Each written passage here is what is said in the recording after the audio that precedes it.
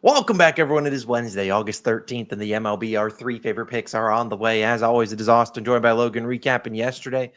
Logan, 2 in 1 day. We take that. Royals first 5 run line. I think rest of the season, I'm just taking Mitchell Parker or fading him. I don't even care who the heck he could play a minor league team. I'm fading him. Fading that man stinks.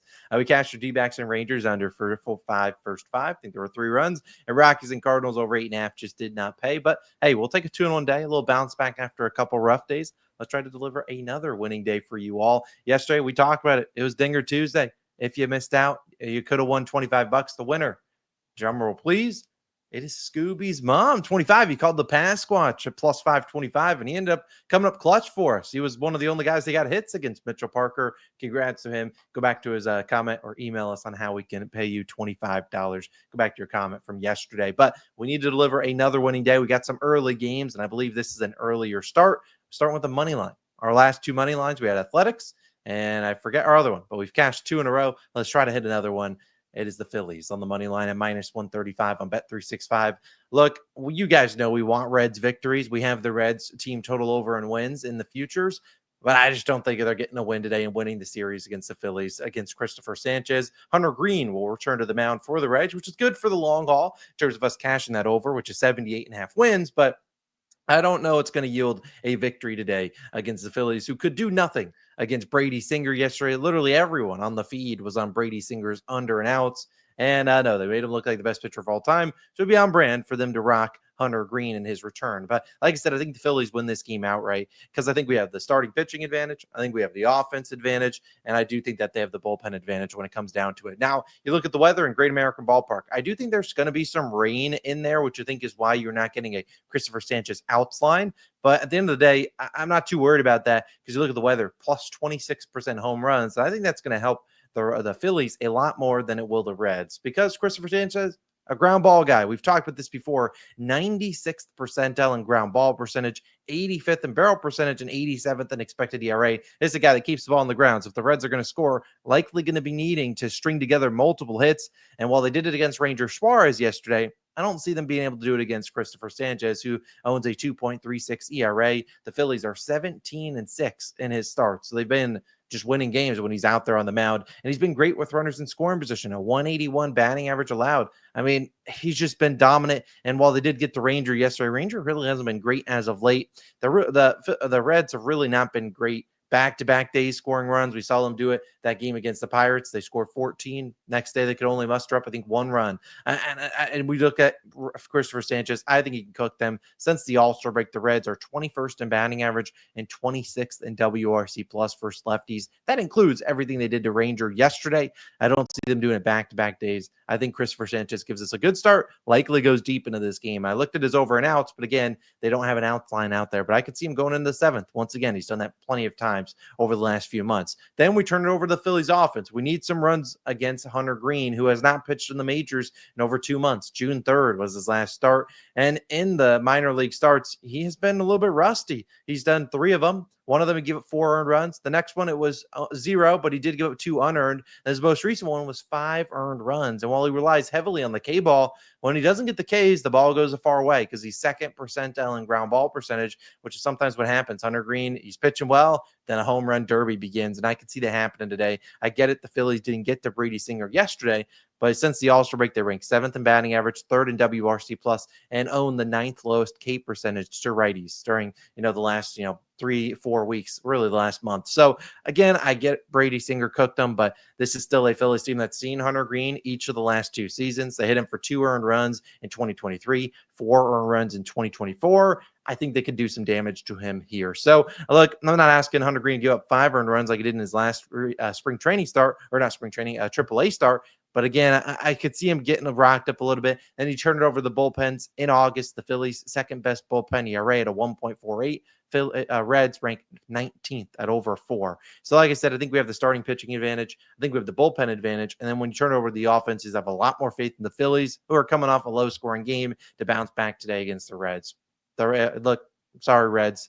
We root for you guys to win every day. Today, we will not be rooting for you. Give me the Phillies on the money line. But Logan, you have a pick for the people that I know they are absolutely going to hate. If they know the slate, they know what you pick.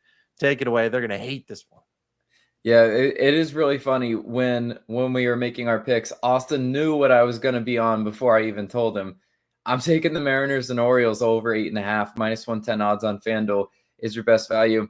This is such a Logan pick. I mean, it's if you followed me over the last several seasons, you know this one fits all of my criteria. A 1-0 ball game yesterday, and now you see a lot better pitching on the mound with a total that seems higher than it should be. I mean, to see this at 8.5 was shocking to me. I was like, why isn't this line a little bit lower, especially given each of these two starting pitchers and what they did yesterday of literally no offense. So I'm feeling pretty good about an over in this one. Let's talk about why I do like it. It's not just me being contrarian, although it is a contrarian pick because the public is on the under. I've looked at the splits. That's no surprise there. But Trevor Rogers starts for the Orioles, 1.44 ERA, 0.83 whip. Now, if Trevor Rogers finishes this season with a sub-2 ERA, I'll do whatever Top Comment says that's legal because it's just not going to happen. I mean, there's just no way Trevor Rogers finishes sub-2 ERA. But good numbers so far. And because he has good numbers, it's hard for me to come out here and say what he's doing wrong this season. I just know there are signs of regression already hitting for Trevor Rogers. In his last start, 6 innings pitched, 1 earned run. Look at that. That's solid. He allowed 8 hits in that game, though. You allow 8 hits. Normally, teams do a lot more damage than that. On 8 hits, the Phillies only could do one earned run of damage against Trevor Rogers. So, again, that was more of an anomaly. Most teams, you get 8 hits on a starting pitcher, you're giving up 3+ earned runs, bare minimum. So that he could have been taxed for a lot more in his last start out. And one of his other weaknesses, I kind of looked in his game, is that when he is behind in the count, 259 batting average allowed, which isn't sky high. But if the Mariners can just work counts against Trevor Rogers, I think they can once again pile up the hits and runs up on him. Trevor Rogers, 4th percentile on hard hit percentage. Look, bad on ball, good things will happen. Especially, I'll talk about the hitting weather in Camden, but it's great today. So, given what I've seen from Trevor Rogers, I think they should pile up the hits on him. 3 of the last 4 lefty starting pitchers against the Mariners have allowed 5+ hits. If they can get 5+ hits off Trevor Rogers, I'm thinking at least 3 earned runs today. Just given how the Mariners do have a lot of power bats in this lineup. I love their matchup versus him today. He hasn't showed really many flaws and weaknesses on the season, but there's still plenty of time for that to start, and it starts today. Logan Gilbert also starts for the Mariners today, 3.35 ERA, 0.98 whip for Logan Gilbert. Now, we know Logan Gilbert is an ace in Seattle, but on the road, this is where it's okay to fade him. 5.28 ERA on the road compared to a 2.22 ERA at home. That is one of the more drastic home road splits you see from a starting pitcher. And I think Logan Gilbert does struggle a little bit today. Now, is this Orioles offense what it once was? No, it's nothing. It's nothing close to what it was last year. But he did face them last year, and he did allow 4 earned runs and 5 1/3 innings pitched. Yes, that was a different team, but I still think the Orioles can generate some offense against them. Look, they give 3 runs against Logan Gilbert. We're going to cash this one with ease. I'll just come out and say that right now. Also, what I do know is that some of Gilbert's metrics aren't the best. 42nd percentile in barrel percentage, 47th percentile in hard hit percentage. When hitters are able to square him up and make contact against him, normally goes for extra bases. He's allowed a home run in 4 of his last 5 road starts, which is contributing to that high road ERA. And in a very hitter-friendly ballpark like Camden with hitter-friendly conditions, I think the ball's sore today, and I think Logan Gilbert does give up some runs himself.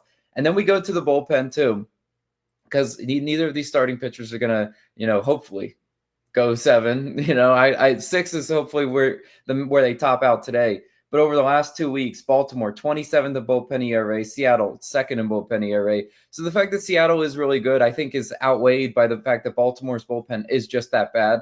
And there is a possibility. My actually favorite way to cash overs recently is when one team just gets a really big lead, and then the bad bullpens come in and they finish the job as far as going over. Because could I see that happening today? Maybe the Mariners do explode on Trevor Rogers and Logan Gilbert holds it down. Big lead. And they do bring in the worst bullpen arms for Baltimore. Certainly a possibility. I still see some runs in this one late game to push it over, even regardless of which each of these starting pitchers do. And then we talk about the weather, which I've already hinted on. According to Ballpark Pal, plus 21% in home runs, plus 14% in runs, second best hitting weather on the slate behind Sacramento. Guys, I just think each of these two starting pitchers, they can pitch well, and this one can still go over, given what I'm seeing from the stats in this one. I love this over. It is a nasty sort of contrarian pick, but those are the ones that pay this time of year. Love that as my favorite pick of the day. But Austin, you got one more. Where are you going? Yeah, I have an over of myself. Mine will definitely not trigger them on the comments. Yours will. But I mean, the reason we got in a hole, I feel like we've been taking unders like that game. And then you just see the first 5 goes over like 9 runs. You're just like, what the hell happened? How do these guys save their worst for us? Could certainly be the case today from Trevor Rogers or even Logan Gilbert. But I have an over. And you know what? I'm going back to the scene of the crime. Like, I'm tired of having a losing pick and then watching the next day not run it back and watch it easily hit. And then I'm just like, what am I doing? Why am I always a day early? Today will not be a day early. I'm taking the Rockies and Cardinals over 8.5. Yeah, we lost yesterday on it. Kyle Freeland had 15 ground ball outs. I mean, I don't know if that's a record for him or even the season, what the season high is, but it sure as heck is probably up there to get 15 ground ball outs, a lot of contact. Cardinals just could not find something to do with it. Austin Gomber will get rocked today. Michael McGreevy, he will get rocked today. I think this could hit in the first 5. And I'm tired of watching when this one has 9 runs after the first 4 innings. We'll be cashing right there with them. Like I said, if you look at these two starters, what you could reasonably suggest one of them could easily give up 6 or 7 earned runs. And then we get some bad bullpens in here. But Austin Gomber, he has just been terrible. 6.5 ERA, 1.6 whip. The guy's been bad. Love his first name, but he's been bad. 357 batting average with runners in scoring position. And like I said, Freeland was cooking with the ground ball yesterday. That's not really Gomber's game. He doesn't give up a ton of ground balls. 17th percentile ground ball percentage. First percentile in both barrel and whiff percentage. The guy doesn't generate whiffs, and he gets barreled up. And that is why he has a 6.5 ERA. And I did pull up the stats yesterday where the Cardinals have been good versus lefties. They didn't show it yesterday. They will today. I think that they could rock him. He has a 3.5 earned runs line. It's not even just great plus money on the over. I think he gives up runs. Michael McGreevy, you're not getting alone here, man. You are not great either. And he's coming off a masterclass 6 shutout innings versus the Cubbies. We've talked about McGreevy before. Logan faded him in his start against the Padres when he had the over in that game. McGreevy, I don't know what goes wrong with him, but he cannot string together 2 good starts. We've seen him have 4 good starts this season, with the 4th one coming in his most recent one. The previous 3, he allowed 0, 1, and 1 earned run. In the immediate start following that, 4, 5, and 7 earned runs. He owns a 9.28 ERA in day games, and this will be a day game out in St. Louis. And the McGreevy, I mean, the man can't get Ks, 3rd percentile there, and 3rd percentile expected batting average. The Rockies, I get it. Their offense isn't anything that's like, ooh, really love this offense, but when they don't strike out, they can typically hit for power as they play in Coors Field. So they're all kind of trying to pull the ball and get the ball in the air. I think that they could rock McGreevy here. Absolutely. I think there's runs on both these starters. And when you turn it over to the bullpens, yes, the Rockies bullpen held down yesterday, but all it was Victor Vodnik. He was the only guy that needed to pitch because Kyle Freeland was pitching in the 8th inning. But when you turn over that bullpen, 8.59 ERA, dead last in the majors. And then you get the Cardinals, 3.7, 16th. So again, bottom average bullpens. If we see Austin Gomber go out there and give up 4 or 5 earned runs, even if McGreevy starts and pitches well, you're still going to see some bad Rockies bullpen arms come in there. So again, I think this one soars over. I'm running it back. I'm willing to lose again on it, but I have like 9 out of 10 confidence that there's runs today after the poverty I got yesterday. So I really like the over there. Logan loves the over in Camden, and we got Phillies on the money line, our 3 picks of the day. There is a good chance we post a 4th pick. It is going to be a long shot parlay. Probably keep that Dub Club exclusive, or maybe we'll post it in the pinned comments. So definitely come back and check that out. We posted later on this morning, but we're probably going to play it at a quarter unit. We'll post it in the pinned comment. It will be probably on Fanatics, and we'll give you a quick link. So if you want to get it in there on Fanatics, you can certainly click that. Hopefully that quick link. Hopefully that figures that out. We'll figure that out. We want to play some long shots, maybe try to take some final swings at knocking off these units that we've lost this season. Let's hopefully have a 3-0 day today. Cash that long shot parlay, which will probably be a quarter unit play. Find it in the pinned comment later on today. Again, Scooby's mom, congrats on the giveaway winner, and let's have ourselves a day. Why not us? Got a fresh cut? Typically yields great victories. Let's have ourselves a day, and I'll see you guys back on tomorrow with some more picks. See you guys then. Peace.